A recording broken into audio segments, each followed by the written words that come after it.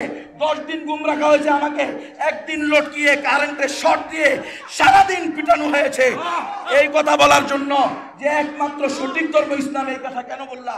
তোমার বিরুদ্ধে যত শাইকি প্রতারণা করুক না কেন, যত নামদারি আর পোশাকদারিরা তোমার বিরোধিতা করুক না কেন, তোমাকে রক্ষা করার দায়িত্ব রব্বুল আলামিনের।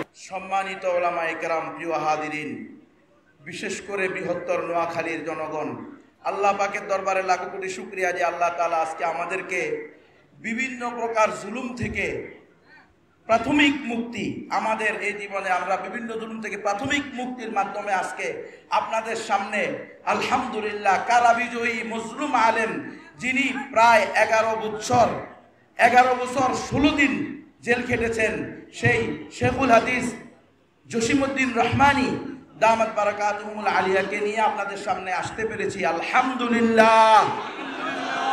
হযরত বলতেছিলেন যে আমার তো চিন্তা ছিল না যে আমাকে আল্লাহ তাআলা মুক্ত করবে, আল্লাহ করেছেন। এটাই হলো আল্লাহ তাআলাতে বলেছেন ওয়াল্লাহু ইয়াসিমুকা মিনান নাস।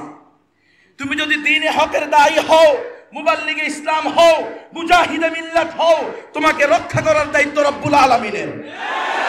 তোমার বিরুদ্ধে যত পীরি বদদুয়া দেখ না কেন, তোমার বিরুদ্ধে যত শাইকি প্রতারণা করুক না কেন, যত নামদারি আর পোশাকদারিরা তোমার বিরোধিতা করুক না কেন, তোমাকে রক্ষা করার দায়িত্ব রব্বুল আলামিনের। এটাই রব্বুল আলামিন প্রমাণ করেছেন। আলহামদুলিল্লাহ, আলহামদুলিল্লাহ। জগদ্দল পাথরকে আল্লাহ তাআলা আমাদের উপর থেকে সরিয়ে দিয়েছেন। এখন সময় এসেছে ফসল ঘরে উঠানোর। প্রিয় উম্মাহ, উলামায়ে হক্কানি রব্বানি, আপনাদের নিকটে আমার আকুল আবেদন, যেন আমাদের এই ফসল বারবার যেভাবে আমাদের থেকে গাছেবকারীরা নিয়ে গিয়েছে, এবারও যেন আমাদের থেকে আমাদের ফসলটা ছিনিয়ে নেওয়া না হয়, এজন্য সজাগ সতর্ক থাকতে হবে।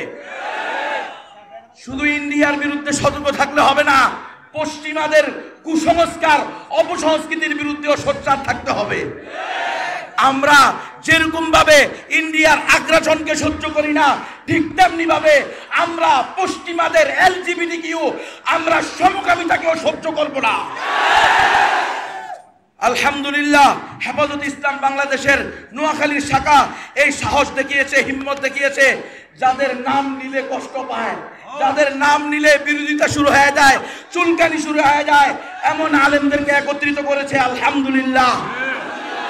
আমি সারা দেশের হেফাজত ইসলামের সকল জেলা ভিত্তিক সংগঠন, সারা দেশের হেফাজত ইসলামের সকল মুরব্বীদের নিকটে, নেতাকর্মীদের নিকটে আমার আহ্বান থাকবে, মনে রাখবেন, বারবার নিজেদের অস্তিত্ব বিলীন করতে যাবেন না।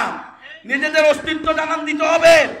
আজকে এই পকেটে, কালকে ওই পকেটে, পরশু ওই পকেটে যদি যেতে থাকেন, তো ওলামায়ে কেরাম, হকপন্থী তৌহিদবাদী মুসলমানেরা হেফাজত ইসলামকেও বয়কট করবে।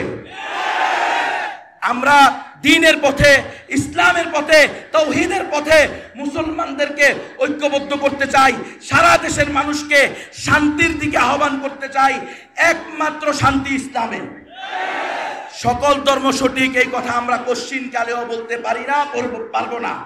গণতন্ত্র, সমাজতন্ত্র, জাতীয়তাবাদ, ধর্মনিরপেক্ষতাবাদ একটার সাথে একটা একেবারে সম্পূর্ণ বিমুখ হওয়ার পরেও যদি একসাথে চলতে পারে, তাহলে এই দেশে ইসলামী রাজনীতিও চলতে পারবে, তাওহীদের রাজনীতিও চলতে পারবে।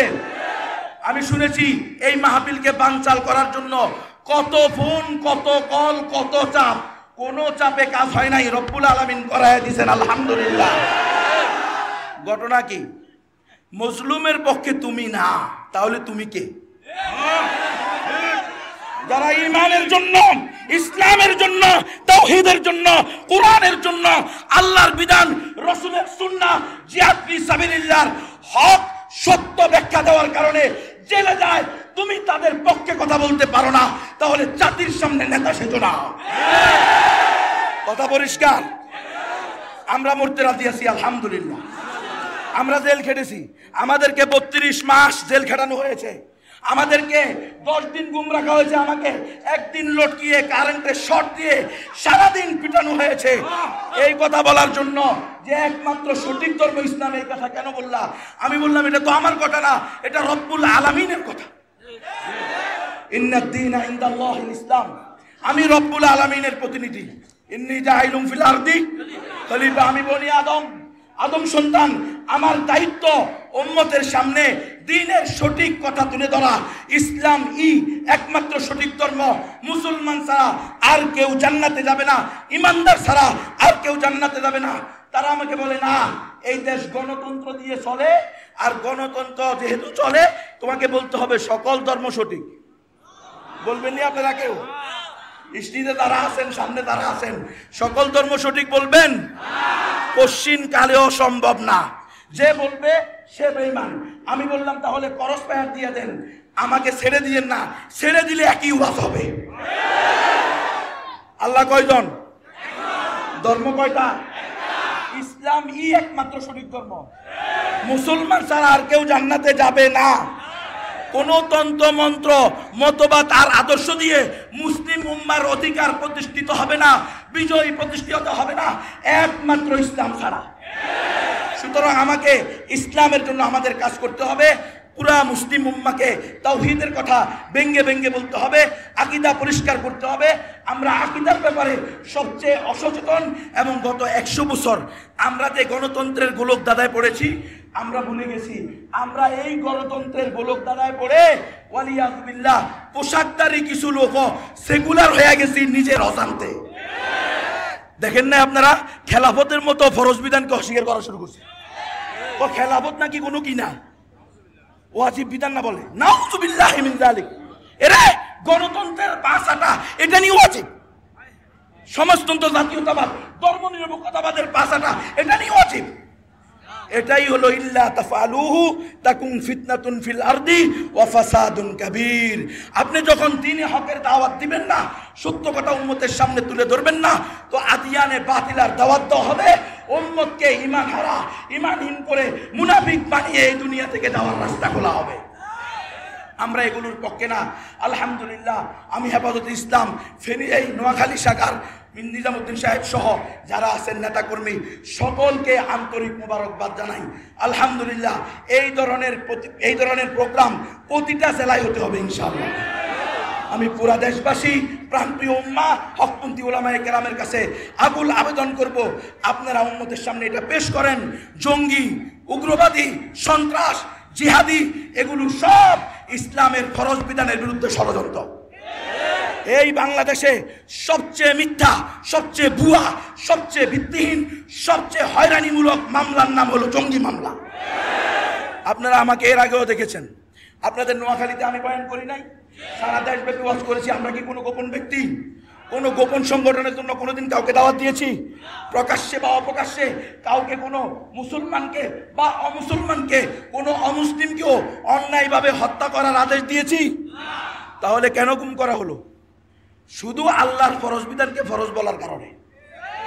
আমাকে বলতেছে পর্দার ওয়াজ করা যাবে না। তুমি পর্দার কথা বলো, এই দেশের মহিলারা অর্ধেক জনগণ, এরা যদি পর্দা করে দেশ উন্নত হইব কিভাবে? বুঝেন আপনারা? মদ খাওয়ার বিরুদ্ধে ওয়াজ করছি কেন? এই জন্য আমাকে পাকড়া করছে। তুমি যদি মদের বিরুদ্ধে ওয়াজ করো তাহলে বিদেশিরা কি খাবে? মদের লাইসেন্স না দিলে বলে বিদেশিরা না খায় থাকবে, মারা যাবে। মদ না খাইলে মানুষ মারা যায়। তো কত বড় গর্দব বেআক্কল গাদা দিয়ে দেশ চলতেছে, এটা আমাদেরকে বুঝতে হবে। তো আলহামদুলিল্লাহ, আমি আল্লাহর কাছেও শুকরিয়া, আপনাদের কাছে শুকরিয়া। আমাদের দেরি হয়ে গেছে, আপনারা আমাদেরকে মাফ করে দিবেন।